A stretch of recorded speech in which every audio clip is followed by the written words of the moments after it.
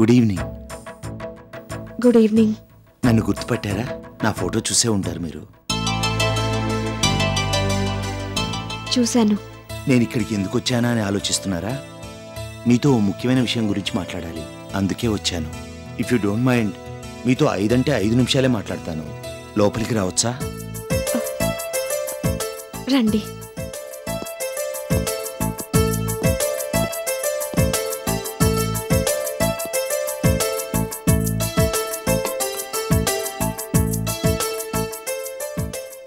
ఇలా కూర్చోండి.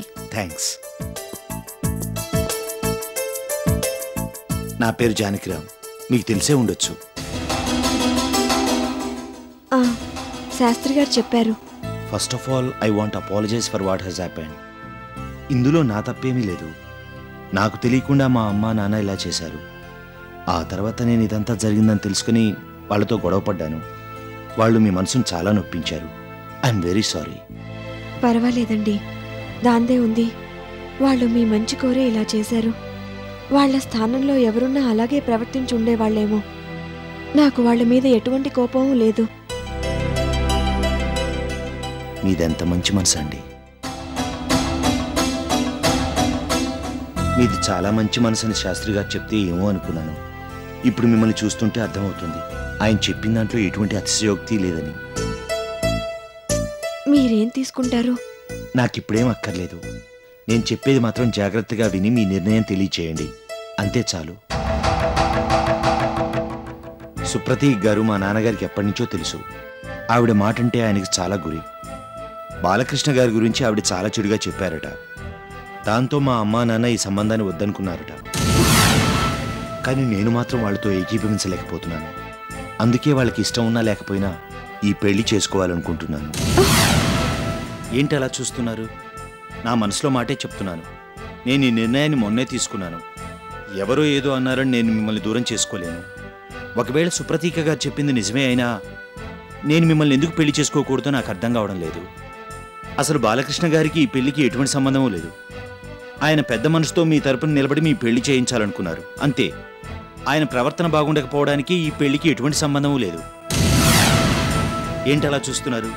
నాకు ఈ వివరాలన్నీ ఎలా తెలిసాయనా? నాకన్నీ తెలుసు. శాస్త్రి గారు నాకన్నీ వివరంగా చెప్పారు. ఆ తర్వాత నేను కూడా ఎంక్వైరీ చేశాను. అదంతా జరిగాకే ఈ నిర్ణయం తీసుకుని మీ దగ్గరికి వచ్చాను. మీ ఆఫీస్లో పనిచేస్తాడే చలపతని, అతను నా కాలేజీలో క్లాస్మేట్. మీ గురించి చాలా మంచిగా చెప్పాడు. అతని మాటల ద్వారా మీ మనస్తత్వం ఏంటో నాకు అర్థమైంది. మీరంటే అభిమానం ఏర్పడింది. అందుకే మా వాళ్ళు కాదనుకున్నా నేను మిమ్మల్ని వెతుక్కుంటూ ఇక్కడికి వచ్చాను. మీరు నన్ను ఇష్టపడితే నేను మిమ్మల్ని పెళ్లి చేసుకుంటాను. నేను ఆవేశంలో అంటున్న మాటలు కావివి.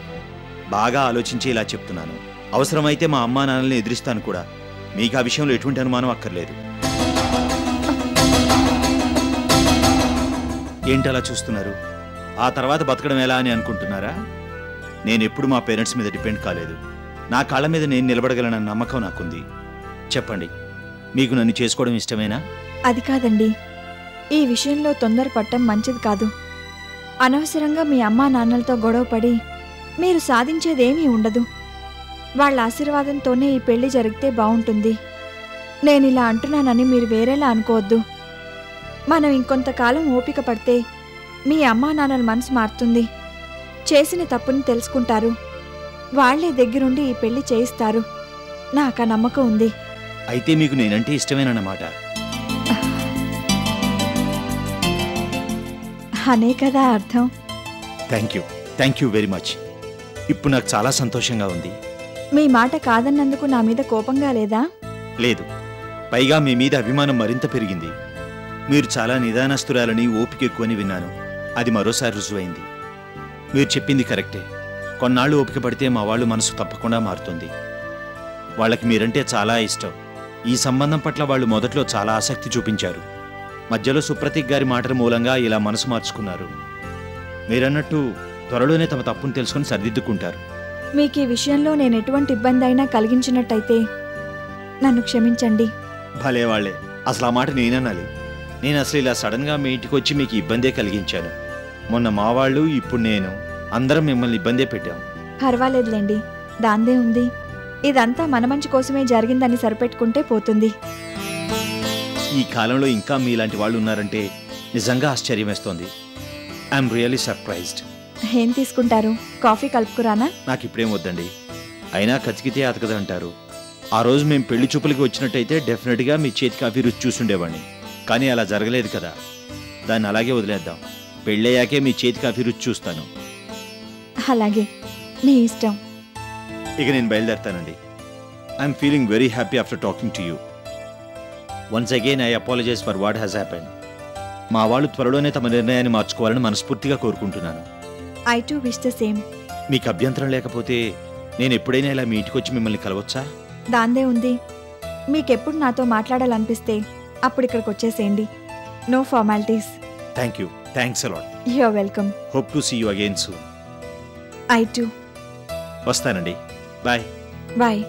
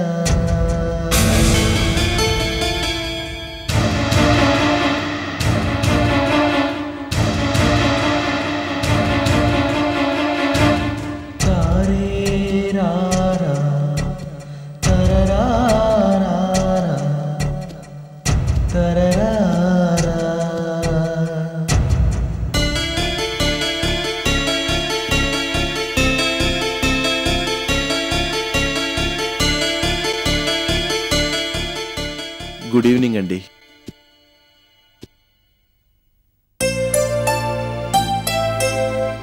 Good evening. మీరు నా వెనకాలే వస్తున్నారా? నేను చూడనే లేదు.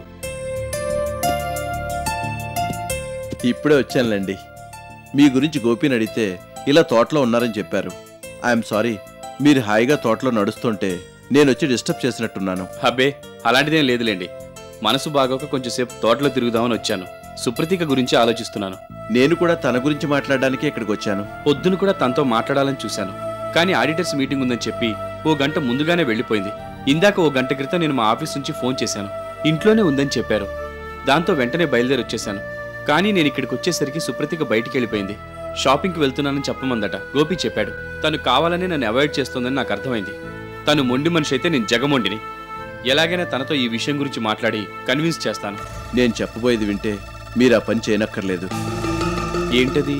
సుప్రతీకను మీరే పెళ్లి చేసుకోండి.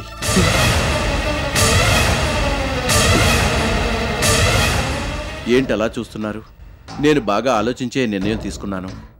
ఆ రోజు సుప్రతీక నాతో ఏముందో తెలుసా? మీలాంటి వ్యక్తిని చేసుకునే కన్నా నా నుంచి ఏమీ ఆశించక ఎన్నాళ్ళు నన్ను కంటికి రెప్పలా చూసుకుంటున్న రమేష్ గారిని జీవితాంతం సేవిస్తూ ఉండిపోవడం ఉత్తమం అని అంది. తన అందని కూడా కాదు, ఒక రకంగా అదే న్యాయం, ధర్మం కూడా. అందుకేనేమో దేవుడు అడుగడుగునే పెళ్లికి అడ్డుపడుతూ వచ్చాడు. ఏ రకంగా చూసినా సుప్రతీకను చేసుకునే అర్హత నాకన్నా మీకే ఎక్కువ.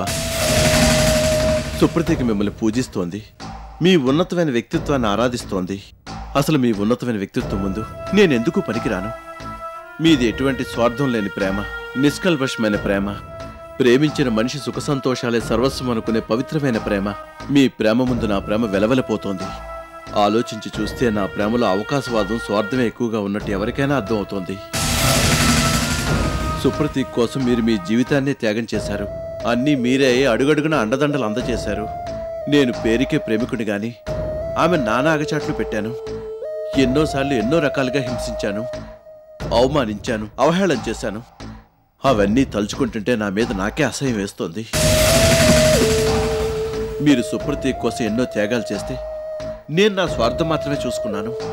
అందుకే దేవుడు ఇలా చేశాడు. సుప్రతీక్ నన్ను అపార్థం చేసుకునేలా చేశాడు.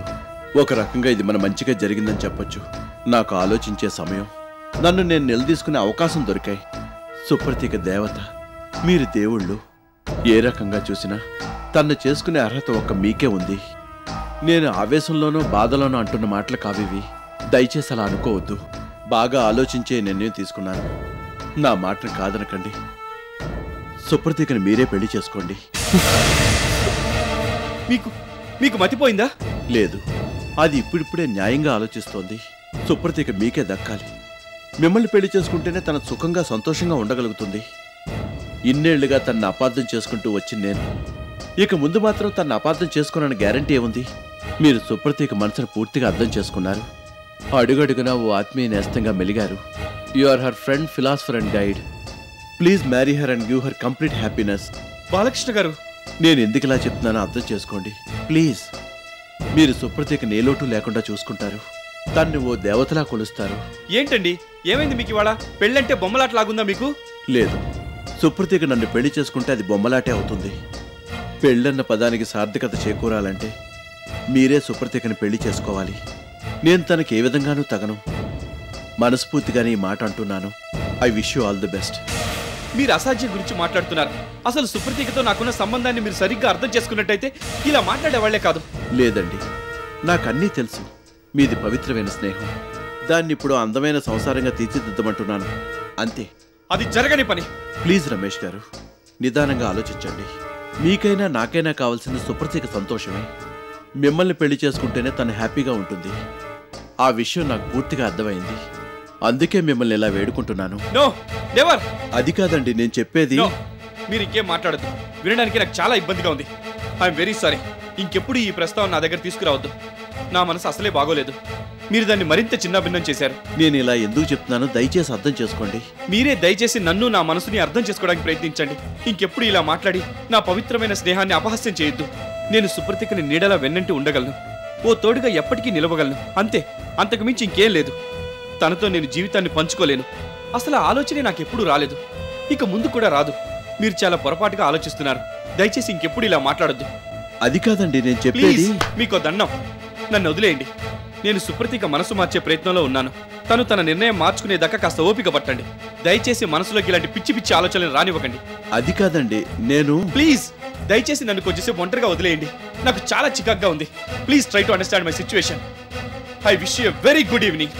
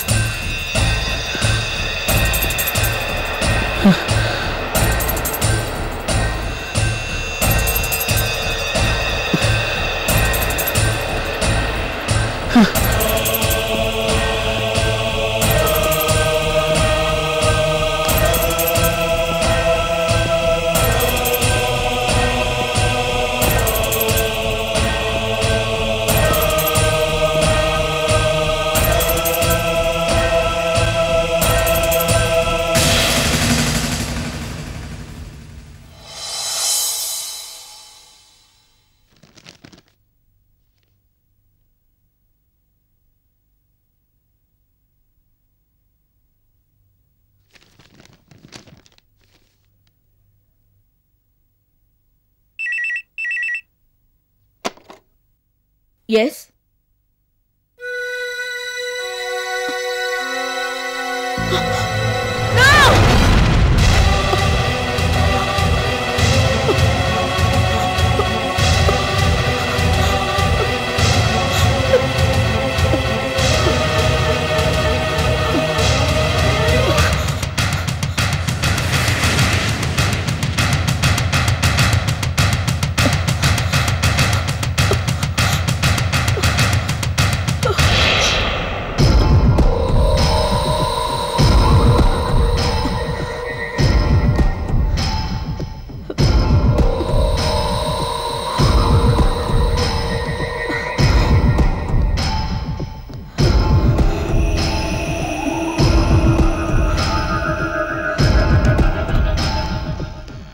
డాక్టర్, రమేష్ గారికి ఎలా ఉంది? ఇప్పుడే ఏం చెప్పలేం, మీరు కొంచెం సేపు వెయిట్ చేయండి.